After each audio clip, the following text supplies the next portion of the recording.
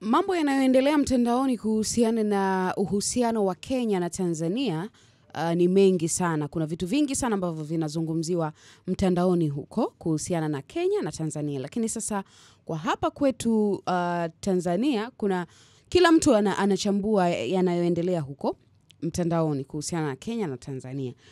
Na watu wanakiri wazi kwamba Kenya wamekuwa karibu na Tanzania, wamewashika mkono nyakati ambazo walihitaji msaada na nini. Sasa Mwijaku anasema upendo ambao ameuona kati ya Kenya na Tanzania, upendo na umoja ambao ameuona, anasema unampatia sababu ya kusema inawezekana tukakuwa kiuchumi kama tutaunganisha nguvu zetu katika kujenga na si kubomoa. Yes.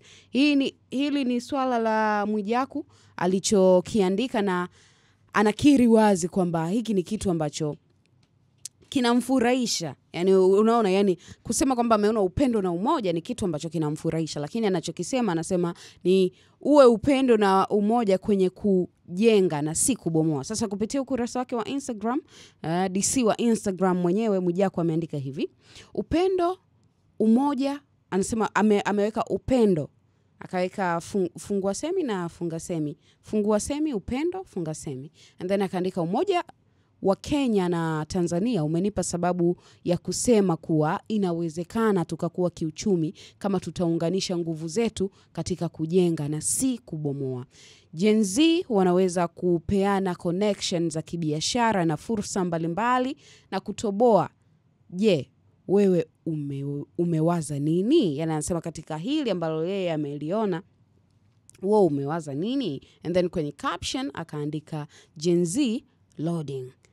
Sasa hapo wewe ndo unaweza ukampatia jibu. Yeye anasema kwenye hiki kinachoendelea mtandaoni kuhusiana na umoja na upendo wa Kenya na Tanzania, yeye ameona inawezekana tukakuwa kiuchumi kama tutaunganisha nguvu zetu katika kujenga na si kubomoa. Gen Z wakapeana connections za biashara na fursa mbalimbali. Alafu anakuuliza na kuacha na swali, wewe umeonaje? Kwa Mwijaku, yeye ameona hivi.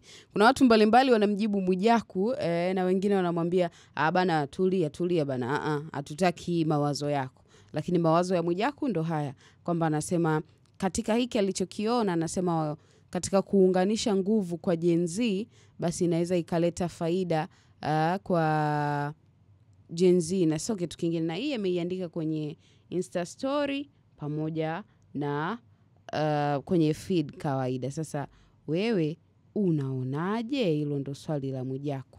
Wewe unaonaje?